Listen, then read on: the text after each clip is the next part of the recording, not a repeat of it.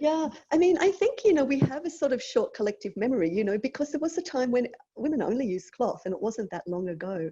And I think it's only been since the introduction of multinational branded disposable pads that suddenly cloth got such bad press. I don't think people before used to think cloth was so terrible, but now this messaging has really taken root. Um, yeah, so of course there's a lot of anxiety around the safety and hygiene of cloth, and we've spoken to quite a bit of that today.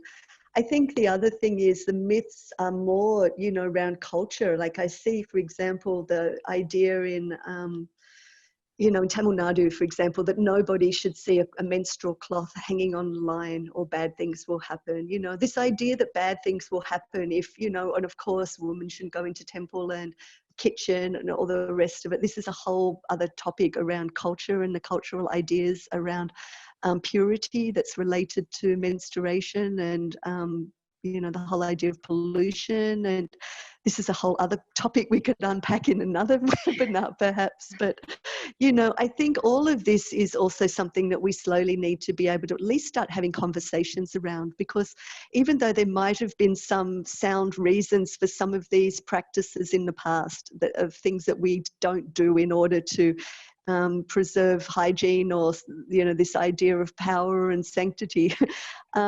I think largely these things now get internalized as there's something, you know, bad and wrong about women and what women's bodies do. And I think this is a whole important topic in and of itself, that I really hope that part of the whole movement and revolution around menstruation is that we can start to normalize and talk openly about some of these myths and cultural messaging, and, you know, just question in a healthy way. You know, if you find that these beliefs serve you, no problem, but if it ends up feeling restrictive and you know, that it's actually ends up feeling like it damages your felt sense of what it means to be a woman, I think, well, there's a need to be talking about and reflecting more deeply on some of these messages.